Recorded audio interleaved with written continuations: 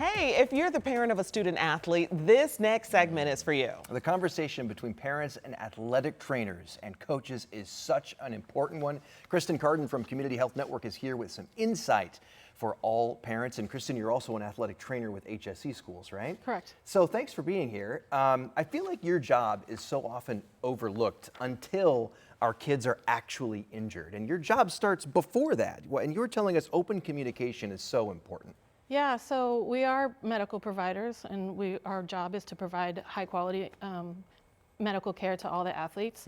And so, yeah, we want to, from emergency care to preventative medicine, and then, return to play decisions, all those things, we want parents to know that they can communicate with us.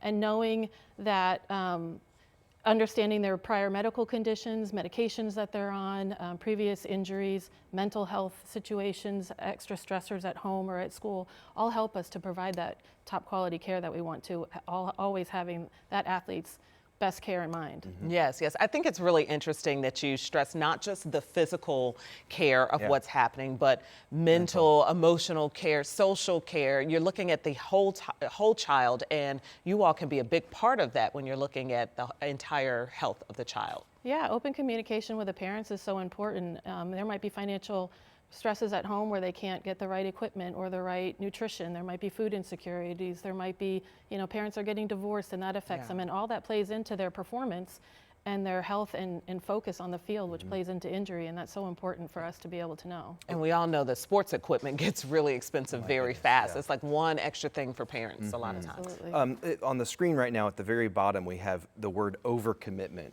which is something that we have heard a lot about recently, certainly. What kind of consequences have you seen in terms of overcommitment? Oh, there's a lot of research out on it now, and I think parents have an opportunity and a responsibility to kind of control and impact their student athletes' participation. Overuse injuries, including stress fractures or growth plate injuries, are on the rise in younger and younger athletes. And so being without the right rest and recovery impacts that, and being involved in too much without having that time off will increase the risk for injury. And research is actually showing too that not only that you have a higher risk for injury, but the longevity and that college scholarship that they're chasing or the professional participation that they're chasing, it doesn't correlate to extra participation at a young age.